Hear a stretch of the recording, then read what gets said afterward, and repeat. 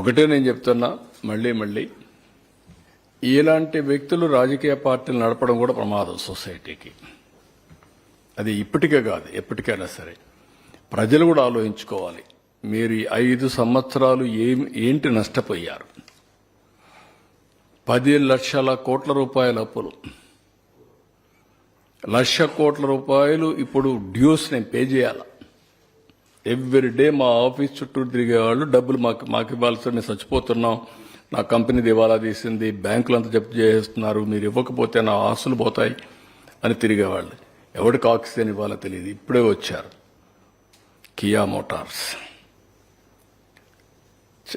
South కొరియాకి వెళ్ళాను, Kia Motors తేవడానికి south కొరియాకి నేను వెళ్ళాను. వాళ్ళ కంపెనీ చూసా, పర్సనల్గా ఇన్వైట్ చేశారు, రమ్మన్నా. ఎక్కడికి వస్తారంటే అప్పటికే గుజరాత్, తమిళనాడు, కర్ణాటక షార్ట్ లిస్ట్ వేశారు. నేను ఛాలెంజ్గా తీసుకొని మీరు నా దగ్గర రమ్మంటే ఓకే మీరంటే నమ్మకం ఉంది కానీ అంటే మా సెక్రటరీలు అదే పని పెట్టాను.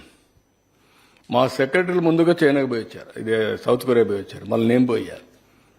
వచ్చారు, మేము బెంగళూరు దగ్గర అయితే వస్తామన్నారు. ఓకే మీరు రండి ఇస్తా అన్నా. మీరు రమాందర్ నీళ్ళు ఎక్కడ అన్నారు. ఒక సవాలుగా చెప్పా, 8 నెలలు నాకు టైం ఇవ్వండి, గొల్లపల్లి రిజర్వాయర్ పూర్తి చేస్తా, ఆ నమ్మకం వస్తే నువ్వు ప్రాజెక్ట్ పెట్టమన్నా. గొల్లపల్లి రిజర్వాయర్ పూర్తి చేశా. అప్పుడు అన్నారు ఓకే మీరు అన్నారు బాగానే ఉంది కానీ ఎన్ని రోజులు ల్యాండ్ ఇస్తారని. ల్యాండ్ ఇచ్చా, కొన్ని కండిషన్స్ పెట్టారు లెవెలింగ్ చేయమని, ఎల్ఎన్టీ చెప్పి లెవెలింగ్ చేయించా. ఆ ప్రాజెక్టు పూర్తి చేసింది 3 ఏళ్లలో ప్రాజెక్ట్ పూర్తి చేసి ట్రయల్ ప్రొడక్షన్ తీసుకొచ్చాం. ఈరోజు 4,31,000 వెహికల్స్ని ప్రొడ్యూస్ చేశారు ఈ సెంటర్ నుంచి. వాళ్లకు మనం ఇవ్వాల్సిన ఇన్సెంటివ్స్ 1,700 కోట్లు ఇవ్వకుండా ఎగ్గొట్టారు. Can you imagine? ఎవడన్నా వస్తాడండి? Is it governance? ఒక ప్రెస్టీజియస్ కమిటీ, ఒక కార్ ఫ్యాక్టరీ వస్తే అసెంబ్లీలో ఏం చెప్పారు?